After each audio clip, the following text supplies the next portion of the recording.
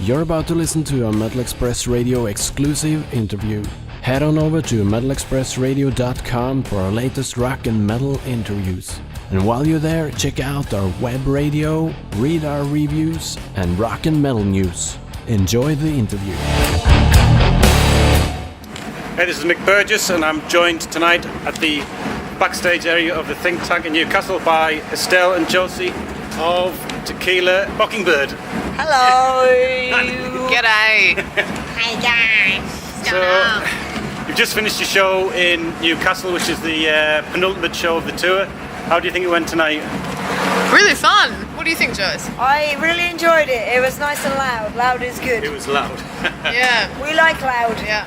So, tomorrow night's the last night of a 14-night tour in 14 days. That's a pretty hefty schedule for anybody. How have you been coping with that? Well, I have to say, it's been a really good tour, and I think the fact that we're in spring has a lot to do with it. The last tour we did was in the bitter cold of winter, so 14 shows in 14 days, it's been a lot of fun. Yeah. It has been probably one of the most fun tours of my life, to be honest. Like, normally by this stage of a tour, you're exhausted, and after your set, you're going backstage to sleep. Yeah. But every single night we've been out front watching Bonafide because they're such an awesome band. Yeah. So, it's been amazing. And tomorrow night, Edinburgh is your last show. I mean, that's a great city to end a tour. I personally really love Edinburgh. I think it's a gorgeous city. There's so much architecture. And last time we were there, we're playing at Bannerman's, and we've played there before. And it was just a really good venue, and the crowds were incredible, so I think there's no better place to end the tour. And last night there will should be a bit of a party going on. Well, there may be some kind of shindig. The fact we have accommodation above the venue always helps with these matters. Yeah. We'll see what happens. Yeah. Well, it'll be great whatever happens. I mean, you're originally from Australia, so what's the scene like for rock and metal in Australia at the moment? Honestly, there's a great underground scene in Melbourne where we're based when we're in Australia. But England has been a bit kinder to us in terms of offering us slots on festivals. We've been played on Planet Rock Radio and a lot of other local radio stations. And unfortunately, there's just not that market back in Australia because it's a smaller market. They can only promote so many acts. And it's a real shame because there's so many great bands back home that will maybe never ever get their day because they don't have the means or the mental fortitude to come overseas. So we're very lucky that, you know, Josie's family is based in England, so it kind of made sense to choose the UK for our overseas destination, our first Free one. accommodation. Free accommodation. Free croissants in the morning. So yeah, you know, I mean, we love playing back home, and there's such a thriving scene, and it's a nice, it's like your family when you go back home. But there's something special about the UK as well, and we love playing here. To make a career out of it in Australia is really, really difficult. Yeah. So it's been awesome to come over here, and it's only a 3-hour drive between gigs instead of 12 hours, which makes a big difference. Even when it's Norwich to Newcastle. Well, this was still, it was a short drive in Australian standards. So Australia's a really, really good place to do your training. Yeah. Because then anything else seems pretty easy. I know a while ago I interviewed an Australian chap, Pat Cash, the tennis player, and he's really into his metal and rock. And he recommended a band called Electric Mary to me, and I checked them out, and they were absolutely fantastic. They're so good. They're so good. One of our favourite bands. Yeah. Insanely good. Like, they're kind of Melbourne legends. Yeah. And we love going to their shows when we're back home. It's just a shame they don't tour over here a bit more. I know, that's the thing. When you're based in Australia, coming over here is a pretty big effort. Yeah. So you've got to make it count when you do. And I think they're due a visit over here. So, I think so, yeah. Maybe we'll try and hook up some shows with them when they're over here. That'd be nice. But they Do are. a bit of sweet talk. That's the thing. They're a world-class band. They really are, and there are so many world-class bands in Australia. It's just trying to get them out of Australia and over here, because you've got 20 million people in the space of the size of America over in Australia versus 70 million people in the space the size of your thumbprint over here. So it's just a numbers game, and it's a shame that more bands don't make it over here because they're definitely not lacking in talent.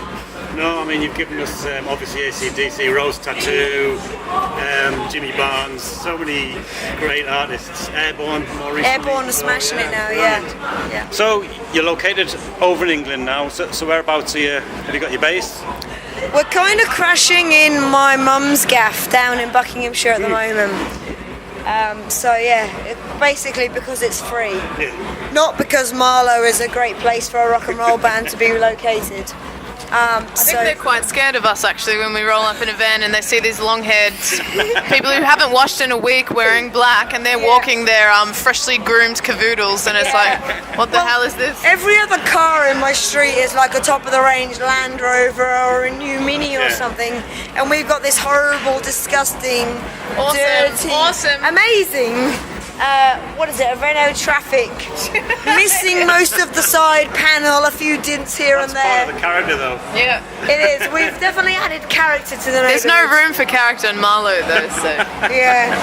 But next week, your debut album, Fight or Flight's coming out. I mean, how do you feel about that ahead of its release? Honestly, just about time. Like, you know, it's been a while. So we released it in Australia in May last year. All right. And you know, we had a few things that set it back coming out in the UK. So it's finally coming out.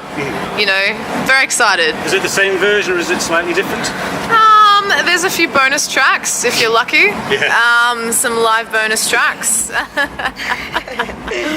Yeah, it's good. So for somebody that hasn't heard you before, that say hasn't caught you on the tour, how can you describe your sound of them? Well, we all come from different musical places. Personally, I love anything from blues to metal to jazz. And Josie's very pop punk and Jess is very classic rock. So we kind of melt all this together, we all chuck it in the blender and make a nice little cocktail of all of our favourite genres. So I like to think that, you know, we come up with something, our own angle of rock and roll, but it's you know. If you like rock, hopefully there's at least one track on the album that will speak to you.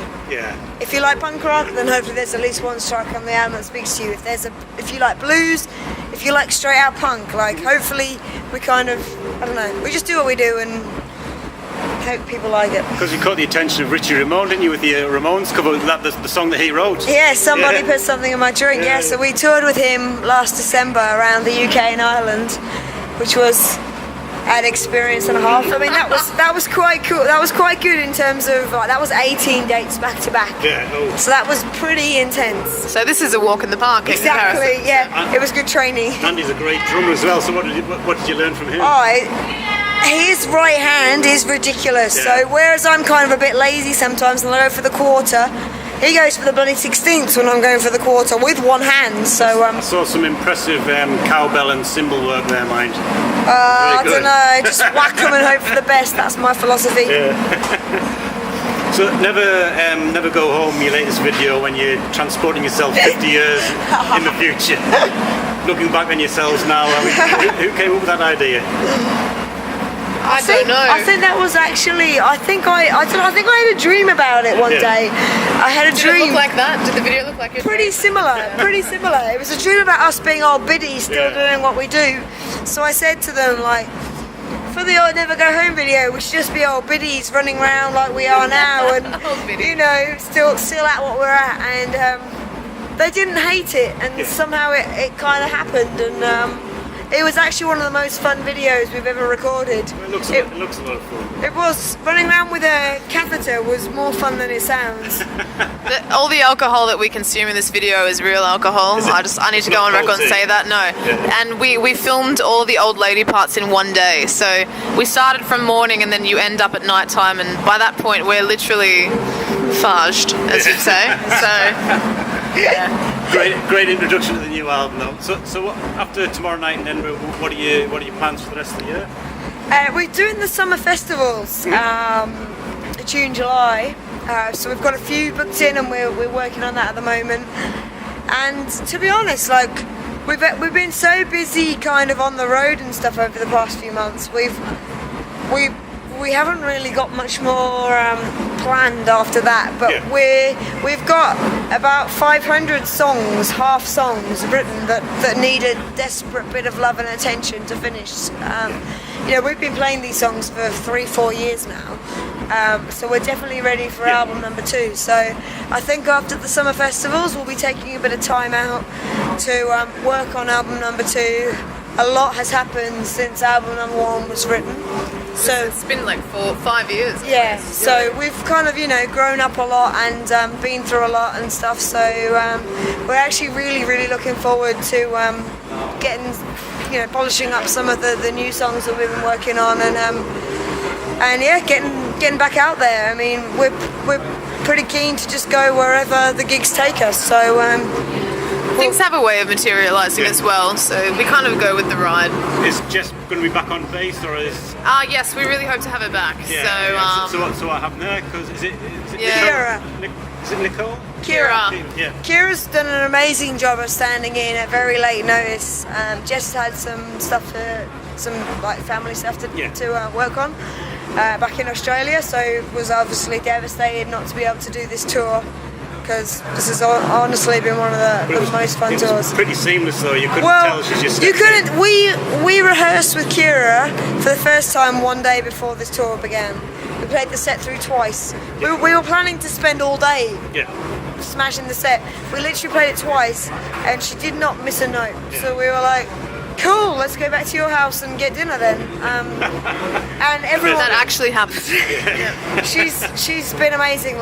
She, kudos to Kira, because I don't think many people could have learned the whole set with a week's notice like she has, and just smashed it every night. So we're hoping and praying Jess is able to make it back over for the summer for the festivals. But still happens. Yeah. Well, it's been an absolute pleasure. Glad I managed to catch you at the end of the show. And thanks for coming best down. of luck with, I was going to say the rest of the tour tomorrow night. Thank you, tomorrow night. And Do you know what? We're going to be gutted this tour's over. It's been a really fun tour. So it will start going back to real life for a while. But I'm sure you'll be back though. Definitely. Try and get rid of us. You just listened to a Metal Express Radio exclusive interview. Head on over to metalexpressradio.com for our latest rock and metal interviews. And while you're there, check out our web radio, read our reviews, and rock and metal news.